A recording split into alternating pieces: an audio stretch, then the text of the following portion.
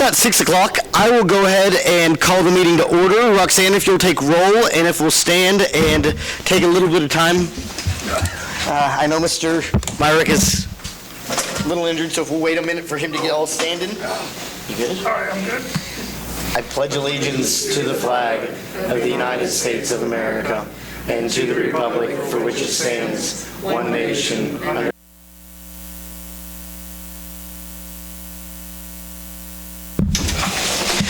has council had time to review the agenda?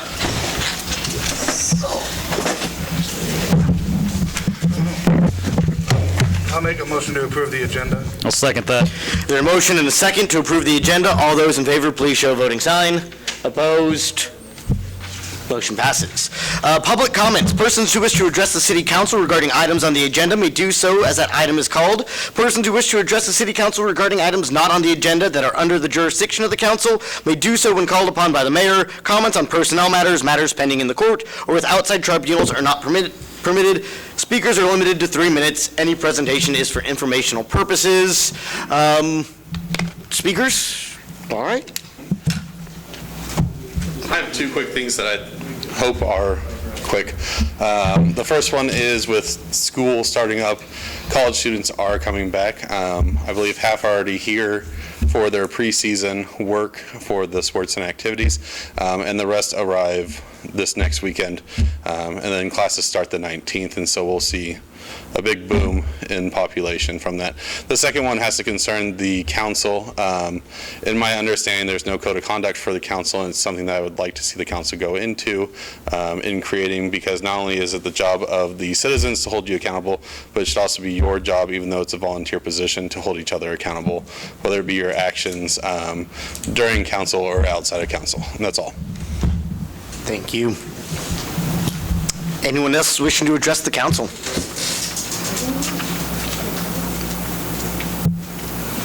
Mr. Gilpin, I can't see you. Are you good? He looks Okay. good to me. Consent agenda. Council had time to review the consent agenda. Are there questions? I'll make a motion to approve the consent agenda. I'll second it. Motion has been made and seconded. All those in favor, please show a voting sign. Opposed? New business, budget. Why don't we go ahead and open the public hearing? At this time, we are opening the public hearing to the public. They may speak on items concerning the budget. Are there any speakers?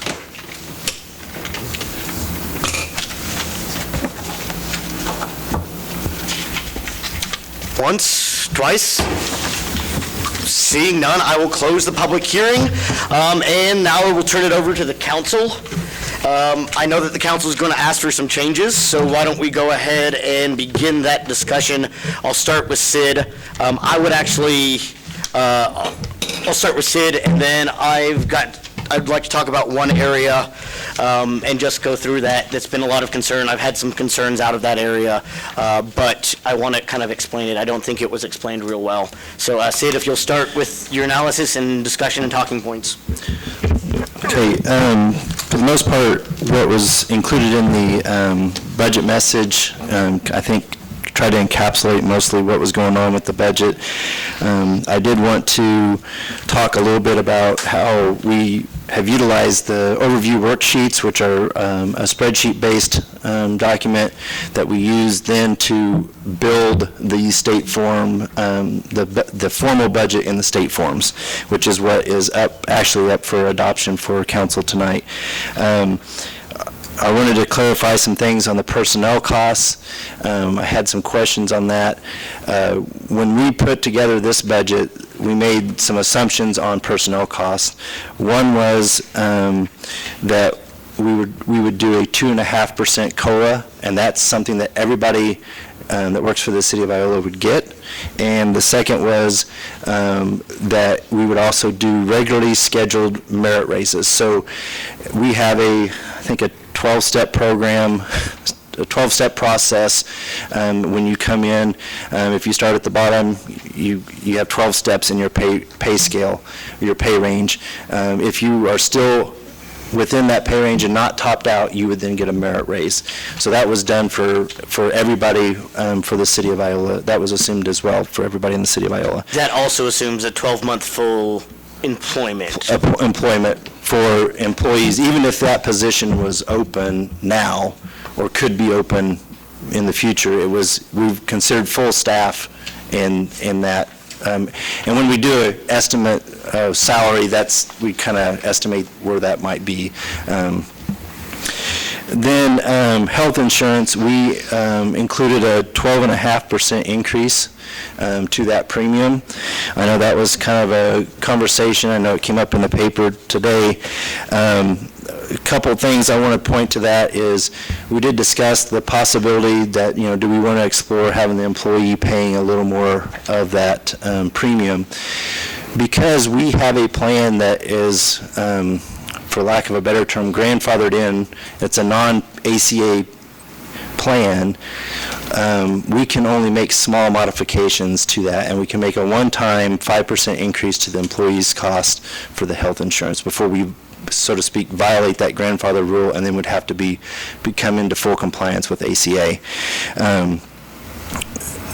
Secondly, I want to talk too, because just this afternoon, we got the insurance person from Blue Cross Blue Shield was in.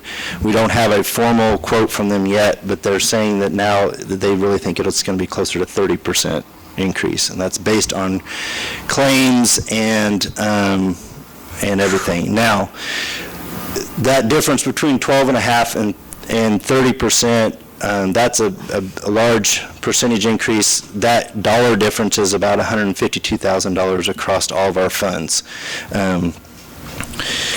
My thinking is because we don't know what that number is going to be, is that if we kind of consider the budget with the 12.5, we know that when we formally get the proposal for our health insurance renewal, that when we bring that to council, we're going to have to make a decision, because that's also based on funding that premium at 125%, which is what we typically do, but we don't have to do that. And whether or not we want to add some of that cost back to the employees, we can kind of get that summed up in an insurance discussion, and then knowing whatever decision we make there is going to have to fit into the budget that has been approved. Any questions on the personnel side of things? What would funding it at 100% look like? I didn't run that number. I know the difference between what we budgeted at 12.5% at 125 and 125% with the 30. That's at 150. So I'm assuming that if we back that off a little bit, you're probably talking maybe $20,000, $30,000 savings, depending on what that comes out with. But that's me just guessing. I'd have to run that number. Any questions on that? For the insurance, and I know that we won't be able to do it this year because October's renewal dates, is there a way that we can shop insurance without violating our plan to make ourselves either compliant and offer some more of those benefits, where maybe then if the employee is paying a little bit more, they get things like vaccinations, and they get some of the basic doctor's copay visits, and they might be willing to change plans and pay in more. I think it's with seeing that kind of increase, we probably need to really get vigilant about kind of looking and seeing what the options are. We may find out that our plan is still cheaper and in the long run more affordable than changing, but we just need to be aware of that and know what that is. But that's something we've kind of been trying to visit with some different potential vendors, but we haven't really been real aggressive about that, knowing that the plan that we have is pretty well liked with the employees. But like I said, this may be the kind of the tipping point of where we really need to look into that. Could you clarify the merit increase again, what that involves? As far as what it is, I mean. So each of our pay ranges So if you're an employee and we have an H11 employee, that's their pay range, it's divided up into 12 steps. And each of those steps, and some of those steps are maybe closer to 3%, some maybe 2.5%. They're different amounts, but there's 12 steps from their bottom end. They're starting what you consider their starting to what would be their top end salary. And that's for everybody that works for the city is in a step. You set these minimum, maximum, Those have been set up by our wage study that was done in 2015, I think was the date when it was completed. And so those minimax are there, and so then if they are within that range and they're not topped out, then it is anticipated with this budget that we would honor that merit step at the anniversary. To get to the max. Typically, it's a 12, I think it's is that, It's 10 years. is it 10 years? I thought it was 12 steps. Because of the 6 months Right. we took away, Yeah, so it'll be, it's roughly be 12. Yeah, I think it's 12 years. So in 12 years, you're topped out. You can't. If you stay in the same job, in the same position, that's where the COLA comes in, then you at least get a little something, because that's something everybody gets. Do we know what the COLA is going to be for the coming year? We won't know that probably until October or later. That's set by the Social Security Index. I know last year during the budget time, we planned 2%, and I think it ended up being 2.8. So that's why we planned 2.5 this year. Have we always done merit raises? We have, What other, do other companies, 257 doesn't do a merit raise? Does Gates and... 257 has the steps for teachers, though, so think of this as your steps for over and A down. person like me does not get a merit raise. Does Gates do merit raises, Stovers? No, Do they do longevity, though, for every year? Do you get... you get the COLA the first year if you even get that. well, and I don't know about Gates or Russell Stovers for sure. I know that in a casual conversation that they were talking about that they have different steps that they do as they bring employees on. I don't know what happens after the first 2 years if they don't have anything. That is something that was established by our wage study. I don't know that maybe it's not common in the business world, but it's fairly common in local government.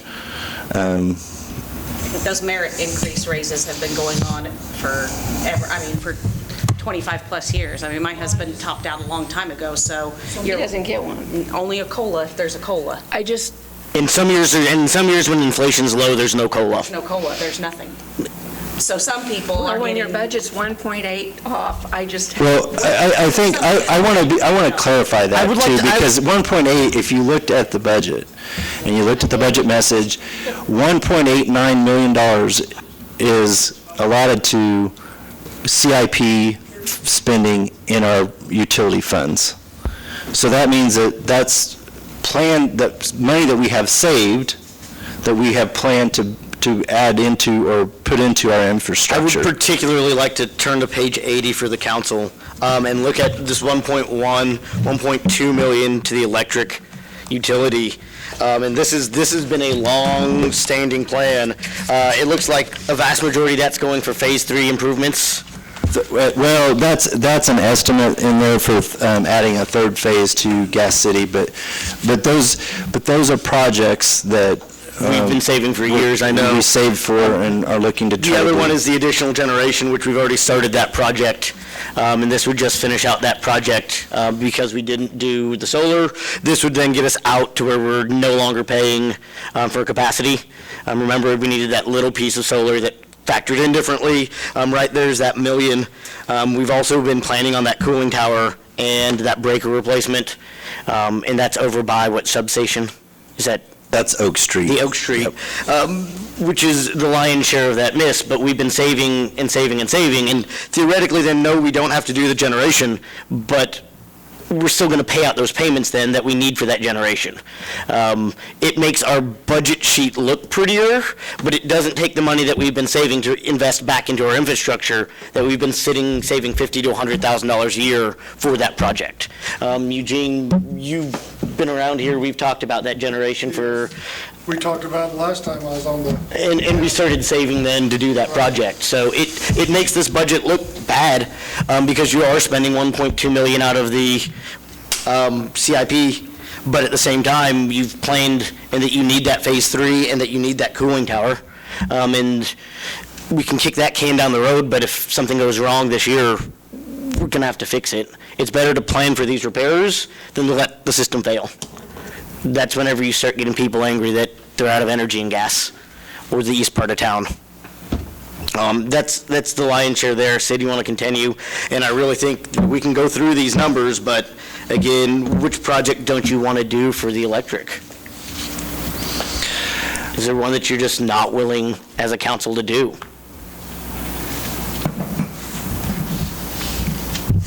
I mean, again, it makes your numbers look prettier, but it doesn't actually do anything because you got to do the project next year, the year after, one way or the other.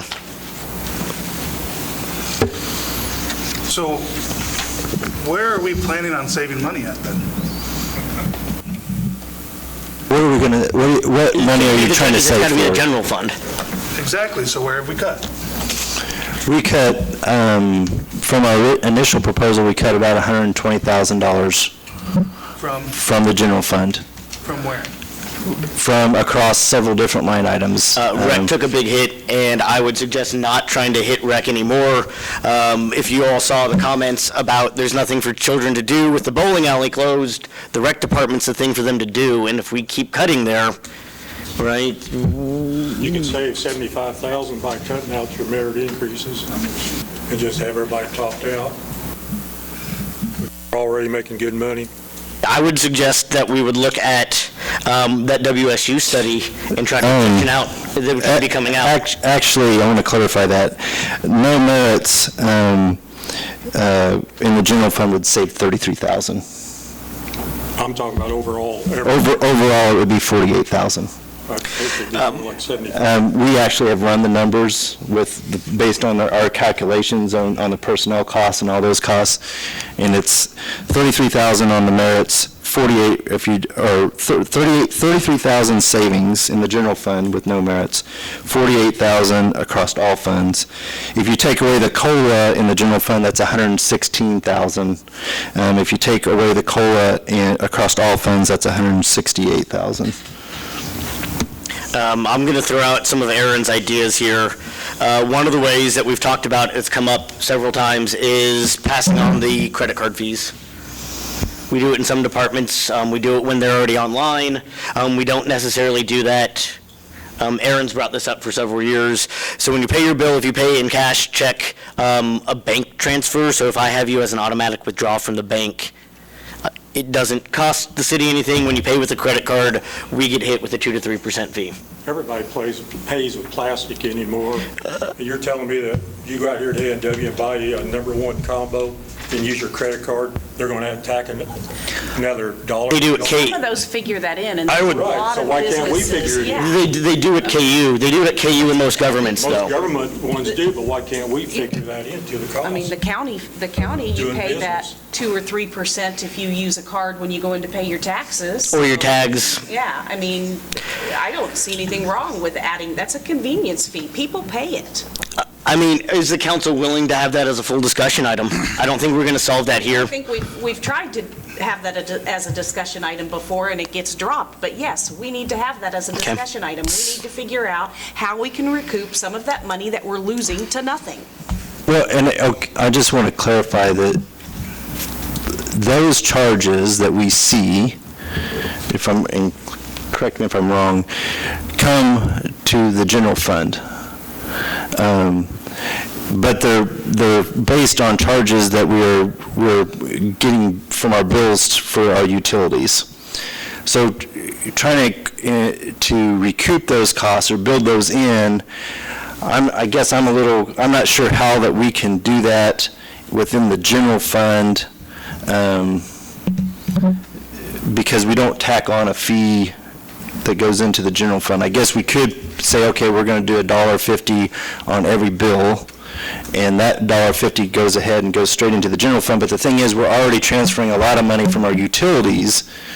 That part of that money is there to cover our usage of the clerk's office for utility billing. Well, we should know, though, at the end of every month, after those bills have been paid, what your credit card fees were. You get a statement. So you know that that's your credit card fees that went through there. So therefore, this $602.25 in credit card fees is what we should have collected from customers and what needs to be put back. So, I mean, I guess I'm just trying to so would that be a supported thing to have an additional transfer from the utilities to help cover that? No, I think the idea was for it to recoup on the bill somehow, was Aaron's proposal that he's proposed. This is not, I'm not asking for this to be a full discussion, but is this an item that we're willing to discuss as part of our measures? Yes. Yes. Okay. Sid, if you'll add that to a future agenda item.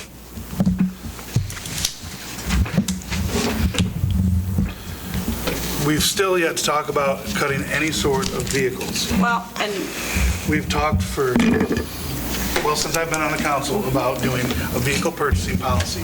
We brought it up over a year ago, and nothing's happened. And that was that I was going to bring that up, so I'm glad you did. I mean, we, in October, discussed that SIM software, which was the work order software, which was supposed to produce data for us so that we would have a data-driven way to figure out what we needed. That was October. I think we approved it in the November meeting. What data have we gotten from the SIMs yet, and which departments? We are still working on collecting the assets for that. So, I mean, that's been... I understand, but I want you to understand the monumental task that we've had. We're trying to collect all the assets that the city has. We didn't have a database to start with. So that includes every fleet item. That includes the GIS stuff that is going to be incorporated over there. So every hydrant, every water meter, every gas meter, every gas line, every road, all those have to be brought in there. Then you've got the water plant with every piece of equipment out there. We've got our power plants, our substations. So we're trying to collect data. Not only that, then we're trying to also collect data that we know that we have model numbers and we have estimated cost of replacement on those. So it has taken a lot of time, and we're still working towards that. Is any department using this work order system yet? No, because we're working to get the assets collected so that we can put that all into work. But there again, it's like we're building something from scratch.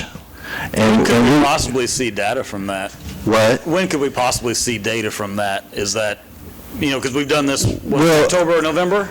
Yeah. And I understand that it takes time to put everything in that system. Well, I mean, even if we get it launched in September, then we would start using that, right? Mm-hmm. So then as soon as that data starts getting put in there, but I mean, you're talking about is a more correct term, I guess, because we're going to need the data to go in there. Right. From the vehicle. So are we looking at September for? I think September is probably the earliest. I know that. What's a realistic date? I don't know. I think we're pretty close because we have worked our way through every department so far. We've got all the GIS information collected and ready to go. And so now there's some scheduling and some maintenance scheduling things that we have to do, and then we have to basically get trained on it. So my hope is... Maybe we jumped the gun on this and we should have gotten all of our ducks in a row and everything. No, because you have to do it once you... We wouldn't have known what to collect, really, until we were working with somebody. Like we implemented this, and it takes time to get it up and running. So we're not going to expect results from it now. Probably not expect good results from it for another year. Right. I think another year you're going to have some data to go in there. Okay. If we're talking about personnel, we have one other study coming out very soon. Is that correct? Yes. The WSU study is going to be They're going to be here on the 26th to give us a report on their findings. We are working on So next meeting. the next meeting.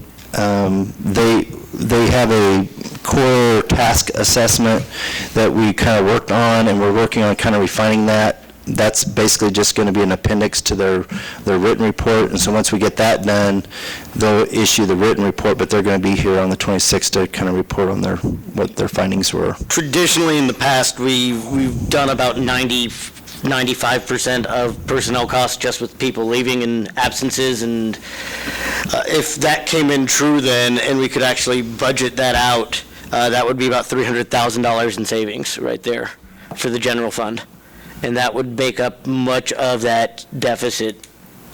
But that's speculation, right?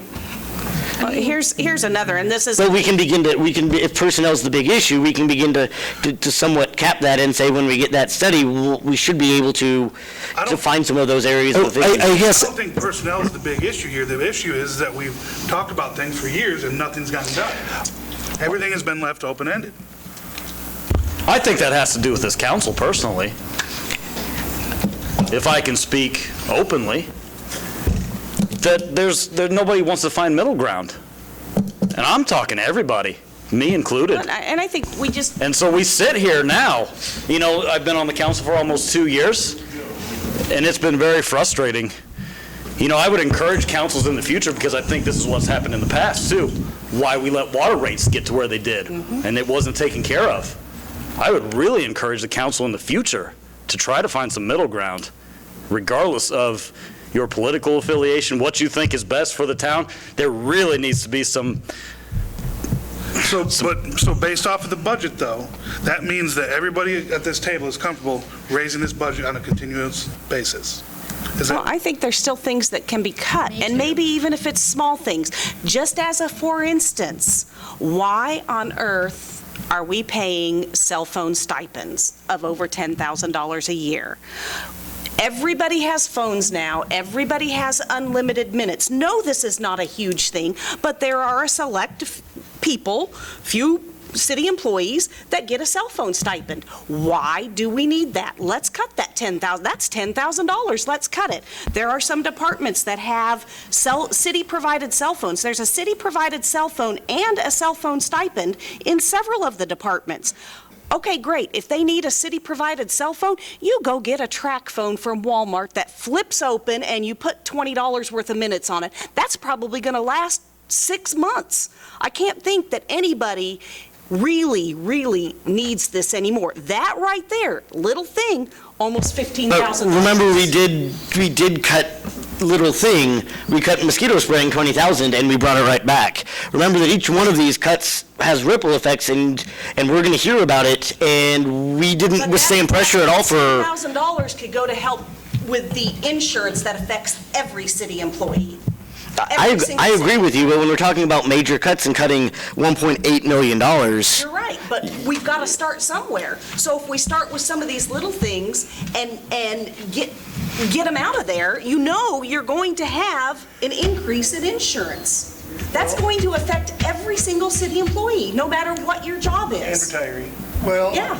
I'm still standing pat on my cutting the hospital is $300,000.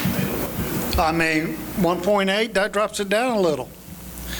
There's things like this, and I know I've brought this kind of stuff before. Notice another, but a lot of that again is coming, if you look at the special traffic way, there's another $350,000 there, but that's mill and overlay. What sections are we doing on that? That's planning on probably State Street. State Street, and we're also talking about in there of maybe redoing the sewer there or some stormwater there. There's a water line there that we want to replace, and actually part of the CIP for the wastewater actually has a line there to be replaced in the future, and so we have to kind of look at that and see what we're going to balance there, because we don't want to mill and overlay it and come back 2 years later and replace the sewer line. So we want to try to coordinate all that. So mill and overlay, the idea is that it's there next year, but it may be to another section, and we put that off for 2 more years so we can get the sewer line and all that coordinated, so we're doing kind of one dig versus several. How far is that, Corey? What's that? How far from where to where? From where the concrete starts on North State? Okay. And I guess from the standpoint for staff to understand where council wants the budget, ultimately, that's what we need. We need the guidance of, if you want the general fund to balance out to be zero with no reserve spending, which we do have reserve that we can spend down if we want to. If you want it to be zero, then that gives me the guidance that I need to go out and work with staff and get it to zero. We can do that. We will do that. But I never felt like I've had this firm understanding of what is the right amount of cuts, what's the right amount of where council wants to be. It's always, because we can sit here and go line item by line item by line item, but to me, that's not really council's perspective. Council's guidance needs to be, we want it to be zero. Or we want to increase our reserves by a certain amount. Then that gives us staff, we can go back and say, okay, here's what we're going to do. And we come to you and say, we're going to cut this, we're going to cut this, and we're going to cut this. And you guys can sit here and say, you know what, we're not willing to sacrifice mosquito spraying. We want to keep it. We want to keep it. And then we know that, okay, well, now we're going to go find another 20,000. That's what we need for staff. I would That's be what very staff needs. hesitant on not doing some of these CIP projects that we've saved for. The one thing we've got going is infrastructure. And if we start letting that go, yeah, we might be able to push back and not do chip and seal for 5 years, but in year 6, 7, 8, 9, 10, we're going to know we didn't do it for 5 years. And even though we saved the money for 5 years, you've got a bigger headache. This is, not doing the CIP projects is exactly what we did that got us into a lot of these problems. And it's also what we did to try to bail out the water fund. And we stole all the money out of the electric fund and the gas fund, and we didn't leave them any money to do those projects, and it really hurt us. And the electric fund's just now back to where it is sustainable.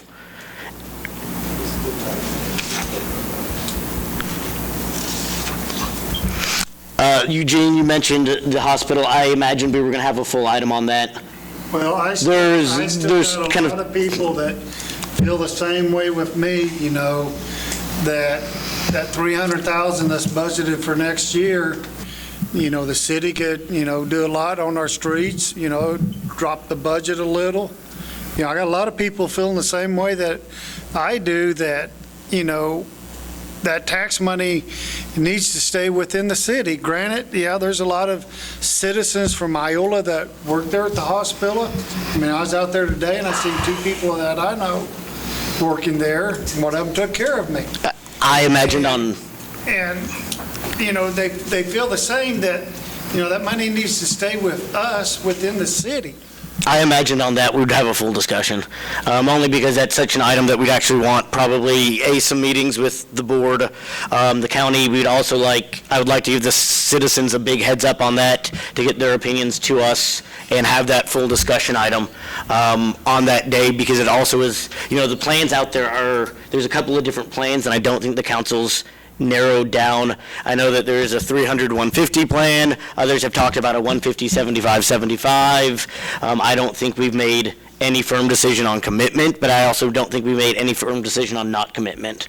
And I thought that would be, you know, if we're going to talk an item, we better get the citizens here for that, and we better talk with the board and the county. Well, and ultimately, we ought to do an ordinance like we did last time. That way it's spelled out how that funding is going to go from beyond the end of 2019. That 300,000 in this budget leaves it as a placeholder, basically.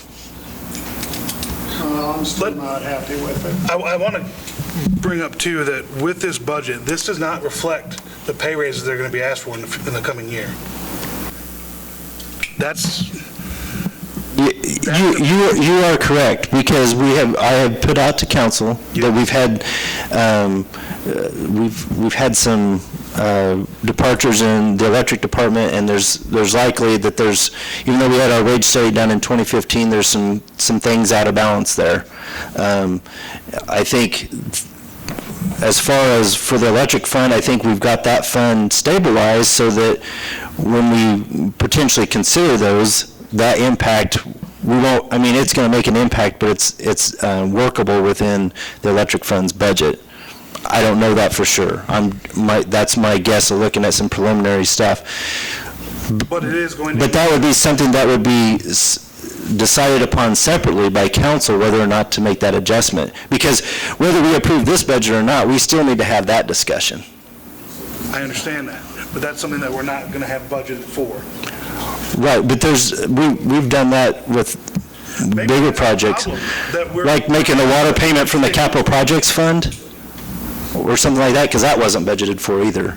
And we haven't decided how to pay that back. Yeah, that's true.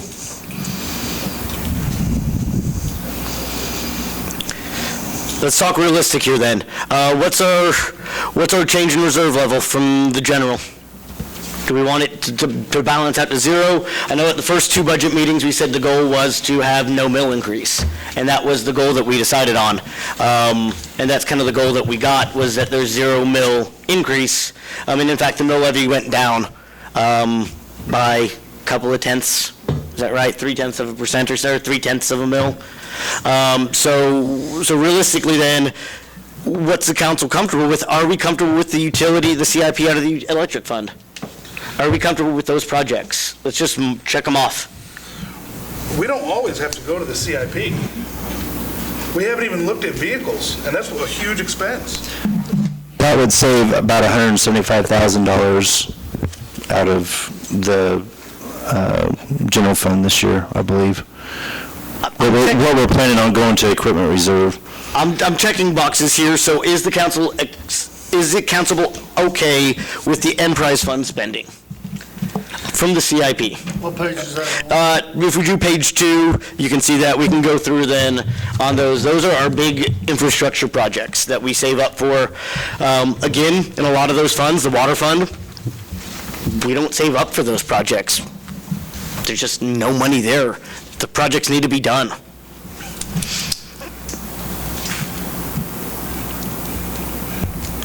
I will say no until we get things figured out. So no spending out of the CIPs until we come up with a rock. zero infrastructure improvements. For right now, yeah, we can't. No, I mean, if we don't like it, I feel like we've painted ourselves into a corner. We're sitting here to adopt a budget tonight. No, we don't have to. You've missed meetings, Ron. Yeah, I've been on scheduled vacation. Okay. I apologize for that. I'm not asking for an apology, Ron. I'm not. But I've sat here for almost 2 years with you guys. And we don't like what we've done, but we are the ones that painted ourselves into this corner. I mean, is it funny? I think it's funny that you think that no ideas have come about when we've sat here and we've talked for the last 2 years about bringing ideas up. We've talked about cutting Thrive, and we talked about the chamber as well, and they were supposed to come back. And I am not disagreeing with you on that, but we talked about it and nothing happens. Exactly. Ever. Whose fault is that? Because there's no That's agreement. council. That is not Gentlemen, hold on, gentlemen. That is not Gentlemen. council. Gentlemen, there wasn't an agreement. We didn't bring it back up because 3 wanted to cut Thrive, 3 wanted to cut the chamber, and at that point, they did come back and they said, here are the changes we are making about in January, and they said, we're making these changes, and we said, let's give them another year on these changes because we didn't have a consensus. We had 3 cutting one, 3 cutting the other, nobody willing, a different group of 3 people willing to cut both, but no one willing to cut 4 not willing to make those cuts. And so we can sit here and I mean, chamber, I've seen some improvement from lately. Well, can we cut now? Can we talk about it? leaves us with zero economic development. What are they doing now? What do they do for us? What have they brought us in the last, to this council in the last year? 2 years? 3 years? Nothing. They've brought several projects, but the council would not have been. We talked about some bridges. I'm not going to list these out in public, but we talked about building a road that we were unagreeable to. We talked about building a bridge that we were unagreeable to. We talked about extending some utilities that we were unagreeable to. Those sound like bad things. Building roads and extending utilities. That we were not agreeable to. Okay? But those were projects that they brought to us. I'm trying to figure out how to cut money here so we can be better on this budget. I would then say I would say that what we need to say is, Sid, they would like the general fund at balanced zero. Is that the consensus with everybody? I'm not comfortable with this. The question I'm asking is about the utility funds to start with. And remember, we've saved for those, like, if the Phase 3 goes out, if we don't want to do the extra generation, we don't, but we've been saving for that for 7 years. Yeah, you've got to spend sometimes, but you've been saving 7 years for this. You've done 2/3 of this project in the last year, and now all of a sudden you're going to kick the can and say, we're just not going to do it. That seems like a waste of taxpayers' money as well. You spend $1 million on this, on generation, you might as well get out of this capacity payment and get done. That's been the plan. So is the consensus on the general fund that you'd like it at zero? Zero out of the reserves. Are you willing for $100,000, $200,000, or is it zero? And if so, Sid can come back with that.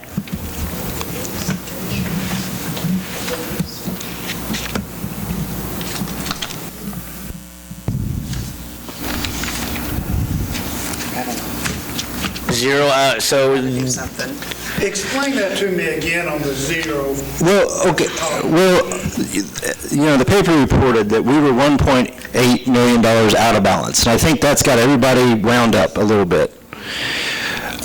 Understand that out of our spending that we have in this budget, $1.89 million of of those expenditures are tied directly to capital improvement projects in our utilities. That does not discount that we have a revenue shortfall in the general fund and all that. I'm just saying that when you look at the big picture, you're going to say, oh, we're 1.8 in the hole. Well, we're trying to spend 1.89 of our savings for utility CIP projects. That's investment into our future infrastructure. So if you look at the big picture, the vast majority of our shortfall is tied to investments into our infrastructure. which we've been saving for. Which we have saved for. Because that's what you're going to, I mean, ideally, we've been kind of or pay as you go. We didn't do that with the water plant, but on most things, we save for a project, we buy the project or do the project, we spend down. So that means you're going to have inherent deficits in budgets from time to time because you've saved and then you spend. You save and then you spend. But if it's saved, that means the money's there, so when you spend it, Right, because it shouldn't be in the hole. Well, right, we're going to have $11 million, almost $12 million in the bank at the end of 2020 if we do this budget as we proposed. So what's happening is, the way that we have to do the state forms, Nancy, is every year that we've saved up $100,000, $200,000, $500,000 for these CIP projects, that went into that bottom line. And then all of a sudden, we say we're going to spend $1 million out of this fund, which, look, there's still $1.5 million in the CIP for the utilities, emergency fund. Notice as well the reserve there is still doing well. On the ending reserve, let's just talk electric. And so what happens is that builds and builds and builds, it's in your savings account. And then all of a sudden you go out and you have to get this new piece of equipment, or the car, or in this case, redo the electrical lines, the generator. That makes it look like you're imbalanced, even though you've saved for 10 years for that project. So basically, I mean, when you're looking at this change in reserves, you're looking at that change in reserves as what do we actually have in reserves? And is it really in this hole then? Or is there still money in the reserves? Right. So that change in reserves is basically your revenue minus your expenditures. The important thing in my mind is you're looking at what is your ending balance going to be for each of those funds. Like, what are you going to have still left in the bank at the end of the day? And at the end of the day, across all those funds, we're going to have $11.7 million still in our savings. So Now, we can't go on and... Look at this, though, reading across, you would almost need that column before so that you're showing that deficit, but yet we still have this much money. But I still think there's things we need to cut. Agreed. Can I ask, last year, what was the ending balance when you did the budget? Because I wasn't here, so I... And how much money did we have beginning and ending balance? I mean, We had 9.7 million beginning balance, 7.1 and a half Yeah. ending balance. We budgeted $2.5 million of reserve spending, and we didn't, and I, that's not, we ended up with, so last year we were in a 2.5 in the red. right, According to this. Reserves, and Yes, then we ended with 7.1. that's what was budgeted. Now, that's not what is actual. So what were actuals? Well, we got 18 actuals that, let me just pull up.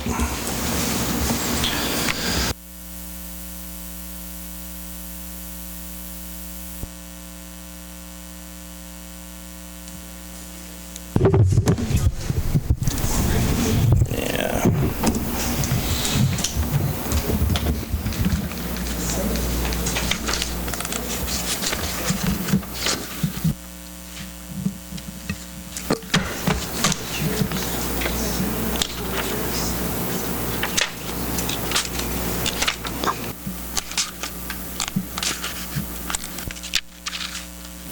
Remember, at the end of the year-end report, I had a graph in there that showed the unencumbered balances, and that incorporates most of these funds.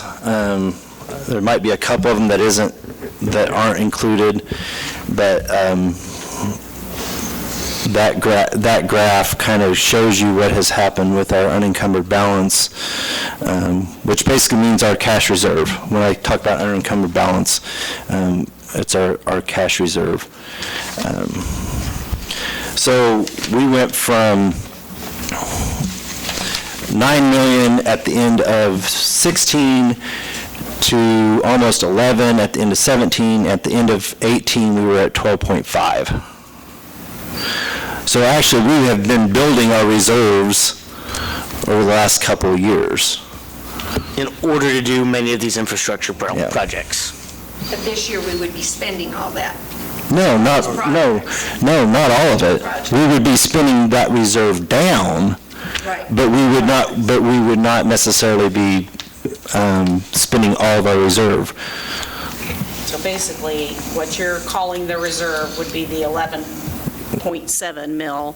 Yep. And then we're going to spend, or, no, the beginning balance of, would it be off of the ending balance, or is the ending balance what you have left after that reserve? So you have This- 13.5, and then the reserves of 1.8, and an ending balance of 11.7? Yes. So out of that 13.5 that we have, we're going to spend 1.8 and still have 11.7 in the bank, Yep. which is higher than what we've had from 18. If we were to be at 11.7, that would be even higher than what we had at the end of 17. Now, that being said, I still think, yes, that we can make some cuts in the general fund. General fund's always an Yes, issue. We're going to have to, if we've got insurance that could possibly go up 30%. But We have to. I also think that WSU study is going to really help us and guide us in a lot of that. Because from that WSU study, it might tell us we're underpaying everybody. So therefore, we're going to have to raise everybody's salary. But I think before, I mean, those are things that when we get to that point, we're going to have to make that, we'll see what that study says. We'll know exactly what the health insurance is going to do. And if we get to the beginning of 2020 and we know that we're going to be out of whack big time with what we had budgeted for personnel, then we know that at the beginning of the year, you know what, we are going to make these cuts so that we can make sure that we meet the target budget at the end of 2020. Does that make sense? I mean, I mean, I guess from my standpoint is, and we would, if this budget gets adopted, we would, and these other things come up, we would make decisions, council would make decisions based on the information at hand for health insurance, the WSU staffing study, those type of things. Any potential wage adjustments that we need to make for certain departments because they have gotten out of whack. Because, I mean, honestly, 2015 was the wage study. That was probably 2014 data, so you're talking at least 5 years ago, and probably everybody else has been doing wage studies in that time and pushing their pay up. So we can make all those, and then we know, you know what, here's what we're going to do to make sure that we meet the budget that we have proposed. I think it would be smart if we also considered a hiring freeze of any non-emergency personnel until we've got some of this information, because we may have to cut. I thought we had already, in a way, decided that here a while back, that unless it was an essential employee, when someone retired or moved on. That was never Happen determined. until we got the study back, is that correct? I'm thinking we need to I- do something now. If that's what the study, So if the study says Leads us we're to. overstaffed, are we going to cut? I mean, are you just That's going where- to that's where I'm attrition, saying retirement, or are we we going to need cut to- people? I have no plans of firing anybody. I never think we ever talked about firing anybody. That's where I'm saying, we need to do a hiring freeze, though, and just hold on to our horses until we get this study, because if we are overstaffed and if we are underpaid, we're going to have to take steps to remedy that, and we're going to have to go by what that study says, otherwise we wasted money on a study. And I don't want anybody to say, we wasted money on a study, because that's $25,000 of wasted money. On the flip side, if we're understaffed and underpaid, Then we're going to have to figure something out, Okay. but I doubt we're understaffed. How long have you been on, Nancy? Is this 6 years, 7 years? 6? Is this 6? this is 6, or this is 7 for you, because I this is was 6 here on when we me. did the last wage study. Well, I'm not even worried about Okay. the wage study right now. What concerns me is the 2021 projected, when we look at the general fund, and in 5 years, our projection shows us a raise of $1.5 million. That's significant. That means that if we continue on this, in 2031, we'll be up over $11 million. I don't see people moving here all the time. Where are we getting this money from? We have to do something.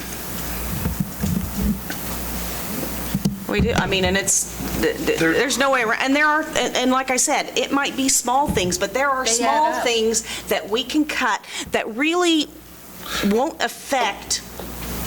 So Notice in both the 2019 and 2020, though, it's because we increased some of that capital outlay out of the general fund. did you have these same conversations every year for the last 6 years?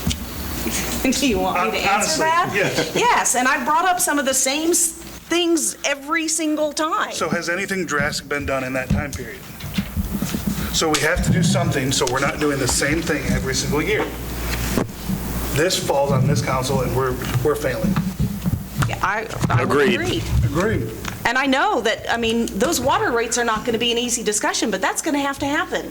And like I said in the budget meetings, it is really at no fault of ourselves. We were set up to fail because of the way that water rate system was put into place years ago and not followed through. There were other people before us that didn't follow through with it. Now it makes us the bad guys. Well, you know what? We're going to have to do it. And I agree, if I could, go back to my previous point, and Ron, I want to apologize, because what I said earlier about us sitting here and attacking each other, that's what we can't do. Okay, so we all need to come together if we want to make cuts, and we do it as a council, not as individuals. That's where we're failing. Can't worry about everybody's. So let's give Sid some direction here on this. I have still not got a very good explanation on the zero balance deal, because everybody else started talking and everything. What do you want? Still lost. What do you want the numbers in the general fund to say as its change in reserve? Do you want that to say zero change? Do you want that to say gaining $100,000? Do you want that to say, are you fine with spending $100,000? Notice in that general fund as well, we've increased the capital improvement or the capital outlay. What page is that? If you look on page 42. Yeah. And so, like, okay, I would be really, really hesitant to say, okay, we're going to cut that capital outlay, and we almost balance that budget right there. But that's what all the other councils have done, too, that Nancy's kind of put us in this spot with a lot of places, right? Like, if we don't save for the capital outlay, then we don't save for the capital outlay, and we're doing this again. Like the rec department doesn't have a fund, and nobody's really found a way to finance it. And when we come up with an idea that can basically pay for the pool, we shoot ourselves in the foot, right? Over opt-in, opt-out clauses and how we deliver those opt-in, opt-out clauses, right? So I would. That's some of the hard decisions. We just to say, okay, it's $1.50 on everybody's bill. Let's give Sid some direction, though. What is our level? Do we want that at a zero reserve? Are we willing to dip into the reserves this year, 100,000, and say next year we'd like that at zero? Now, can we? I mean, I don't think that that's very responsible. I'm not willing to dip into our savings to balance something that we should balance ourselves, that we need to figure out. Well, my opinion is, I mean, I'm going to be probably the bad guy here, but I would say for the next year, get it at zero, and let's look at it again. I'm not saying cut all CIP programs and all that stuff, but get it at zero for a year so we can get this stuff worked out. I mean, that's my opinion.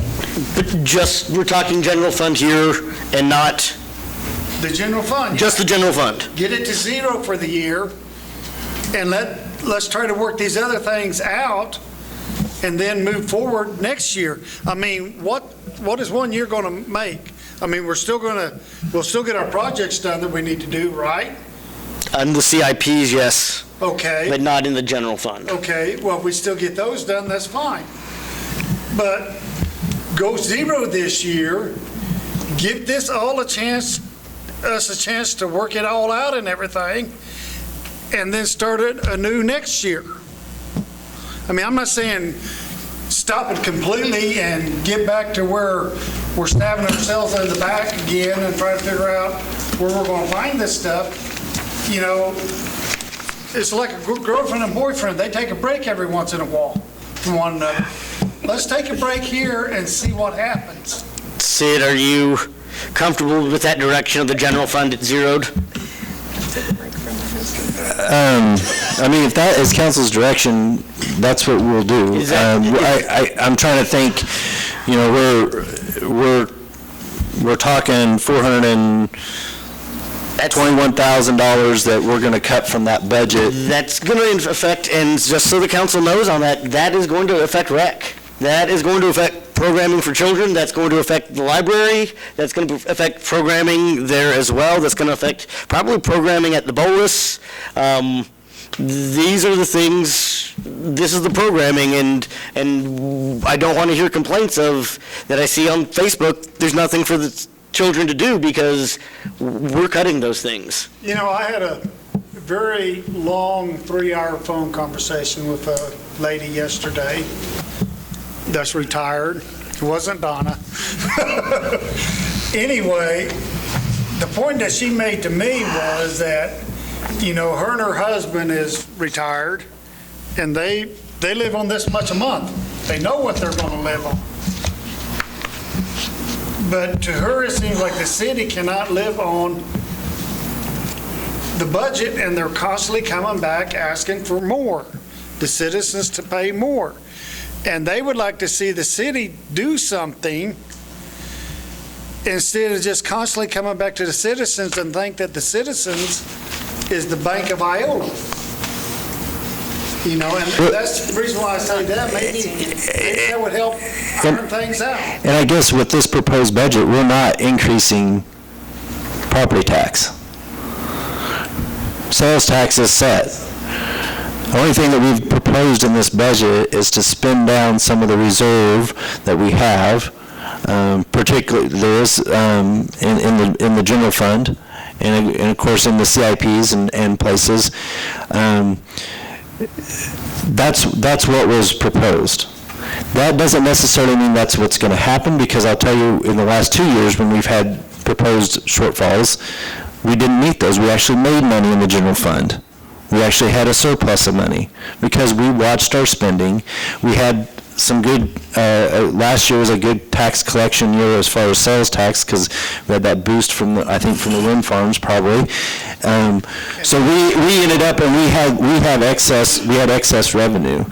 So there's a balance between having reserve, which I think you need to, especially in the utilities, you need to have reserve for your operation, because you're a business, you got to have some cash flow, and you need to have some of that in the general fund.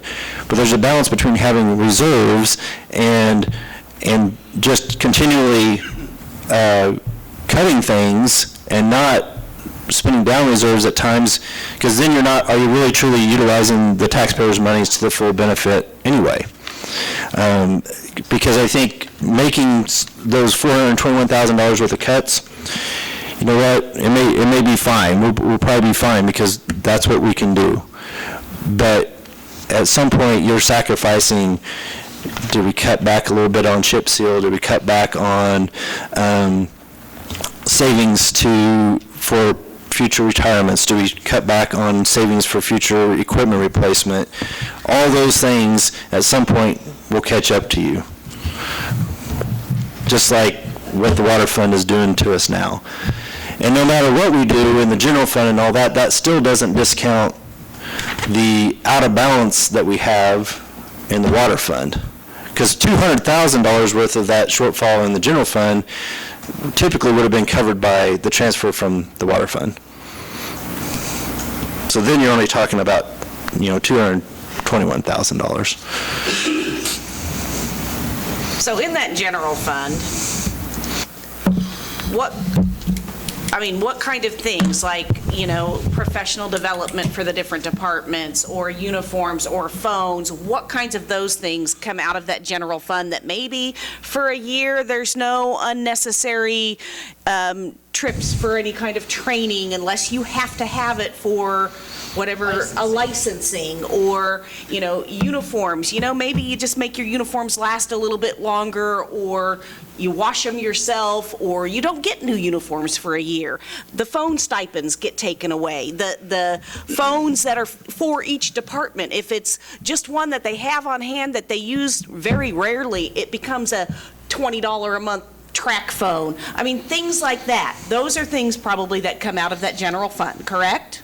Well, those would come out of for personnel expenses within the general fund. So those would be But places. all the funds would have that. All the funds would be impacted by those changes. But those would be places, though, where, for a year, everybody sacrifices, because we know we're going to be faced with stuff. We know that we're looking at a huge insurance hike for our employees. And in order to keep that to where they're not feeling the blow from that, if some of these other things can be sacrificed for a while, it's everybody. It's not just us. We're trying to make those decisions, but we're also trying to protect a whole city of employees and a whole city of citizens. So where can everybody give a little bit? We haven't even talked about in a long time our biggest personnel expenses, which is EMS and fire, of not running EMS. That's our biggest expense. And we haven't even talked about it. Isn't the contract up January 1? I believe it's January 1 of 2021. 2021. We had through 2020 on it. Through 2020, through 2021. But we're not required to run EMS. That's a huge expense. The county is responsible for providing that, not us. I'd like to have them take a look at overtime. Because if you look at on police, 5% of their budget is towards overtime. Street and alley, 3%. But you look at fire and EMS, and it's 25% of their budget, $350,000 they budgeted for overtime. That's because we have employees making over $80,000 because of overtime. That's crazy. Continuously. Crazy. And they're the highest, they're 1.4 million in just regular budget. And the turnover rate that we continuously have, so we're to keep training these people, and nothing's been done about it. I'm not saying we cut it, but I think we need to take a good, hard look at it. Why are we paying $350,000 a year just in overtime? All the other departments, gas, 5%, water, 9% of their budget. Well, and some of that's linked to, we have a commitment based on the contract we have with the county to staff facilities at a certain level. Then we need the county to pick up the tab on overtime. Well, we wouldn't have those problems if we fixed the problem with the department. and you know that. They're the only ones that have 3 line items. All the others have either overtime or on-call compensation, but the fire department has scheduled overtime included in that. So they break it up over 3 different. Why? Well, that's done just so that we can track it a little bit better. Sid, I think your marching orders then are to zero out that operational funds loss in the general fund. Is that correct? That's what Eugene, I know, Danny? That's what I'm saying for, let's take a break for a year. Do you want, as far as gas utility, the water utility, and the wastewater utility? I would really be hesitant on stopping those pay. I would be really hesitant, and I would say that we are doing ourselves a disservice if we do not. Those are projects that we have saved for, and we have saved that money, and we have the money for it, then that's fine. That's what we've saved the money for, is to get some of this taken care of before it becomes a problem. It's the unnecessary things, or the things that, we can do without for a year till we can get stuff figured out. Not buy new vehicles till we get that study back and see what it shows. Well, and I'm just asking for clarification, because we have a shortfall in the rec. We have a shortfall in gas utility, just the operational. I'm not talking CIP. We have a shortfall in water. We have a shortfall in wastewater. All those go to that 1.8. So I just want to make sure if all these need to be at zero, I would just. I think we're talking operational. I think we're talking on the general fund line item, which is operational funds total. That's, I think, the area that we're talking about. Yeah, some of the gas and the other funds, but those are largely not water fund. But some of those are transfers into CIP that are taking down some of their reserves. And some of them are concerning that we're going to need to address in the upcoming years, wastewater, sanitation. And I would say we're going to have to address the rec department again to figure out how we can get that stuff funded, or what we need to do to cut some unnecessary costs there. Okay. Because Mark. we need, it is vital to this community to have that rec department and to have that stuff available and to have those activities available to kids and to have these buildings available. But there's probably some restructuring or something that can happen there. Yeah. Danny. That's fine, yeah. Ron. I'd like to see that, see what it looks like. Me too. This gets us into probably a little bit of a conundrum here, doesn't it? Yep, this would have been a good conversation to have at the last meeting. Or when we were in planning in March, but Well, we are where we are. we are where we Is there are. any way we can set something up again? Another budget meeting, is that? We can't, because we have to, We have to publish I this guess budget. technically, if we're just cutting, we could set up a meeting in a week, give us time to make the cuts. Technically, we could still publish. This We is the publish, don't have to republish this because we're cutting. because we're just cutting, so we published the max. We could theoretically, in this week, have the cuts and still approve what we've published, even though that we've got these cuts and this is the new one. Is that correct? Because we've gone Yeah. down and not up. Yep.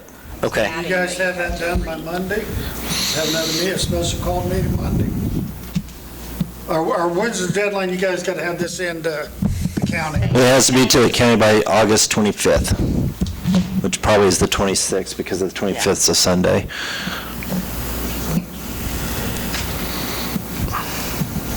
By when? 26. 26. But by close of business, so we'll need it next week. We'll have to have a special. Okay. Okay. You think you can have it by Monday or, We'll have to. okay? Okay. Monday. See you all Monday. Council Administrator reports. Ron. I have nothing. Nancy. Oh, just, school is starting up. I mean, just be aware that there's going to be kids walking to school, riding bikes to school. Be aware when you're going past the college now, there are a lot of kids on bikes. We've got a lot of international students, and that speed limit went up. So just everybody be aware that it's that time of year again, and try and stay I'll be cool. crawling to school. Kids everywhere. I will make my statement in a minute. When I make my motion. Oh, okay. Okay, Danny. To reiterate what Nancy said, we do have a lot more international students here. Remember, some of them are not used to the traffic going in the same direction that it goes in the United States, and in fact, they're used to it being on the other side. Be careful whenever they're crossing the street. Same with a lot of our runners, a lot of our team, so be careful with them. Remember as well, some of them may get lost. It's a small town, but they're new here. Please, if you see some runner or somebody walking and they look lost, let's put our good face forward and be the friendly town that we are and help them get to where they need to go. It's not a big town, but if you've never been here and you're new, Walmart, if you went south instead of north, you missed it. So, also remember, the elementaries, all the 257s are back in. The speed limit's 20. It's 20 whether or not school's in session.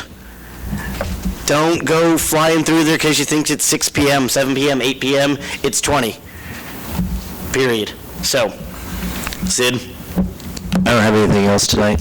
I'd like a motion to adjourn this meeting.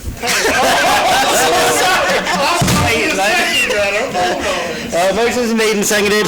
Yeah, if you brought it, All those in favor? Opposed? I'm not voting on it. Who's seconding it? Did you